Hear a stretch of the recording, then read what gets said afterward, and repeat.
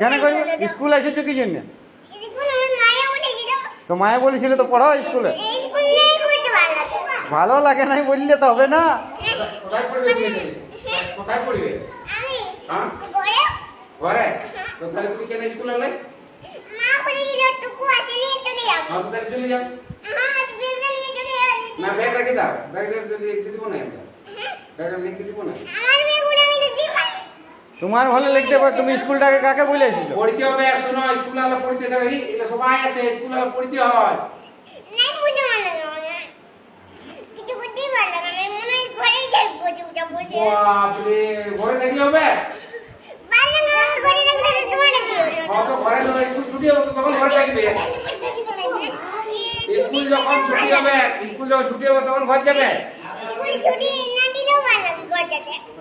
না স্কুল সবাইকে শুনো, খিদা বাজে তো খাতে দেবো।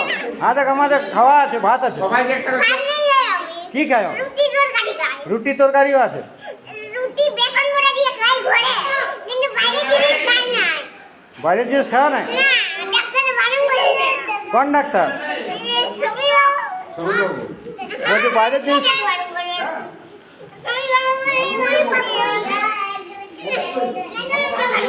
হ্যাঁ স্বামীর বাবু বারণ করেছে, তাহলে তুমি ঘরলে আমি আনা করেছি। তোমার বাবাকে বলে আনা করেছি খাবার। হ্যাঁ তুমি এখানে খাবে? কেন খাবে না?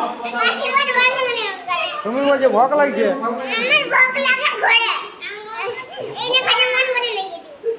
এখানে খেতে মন করে না?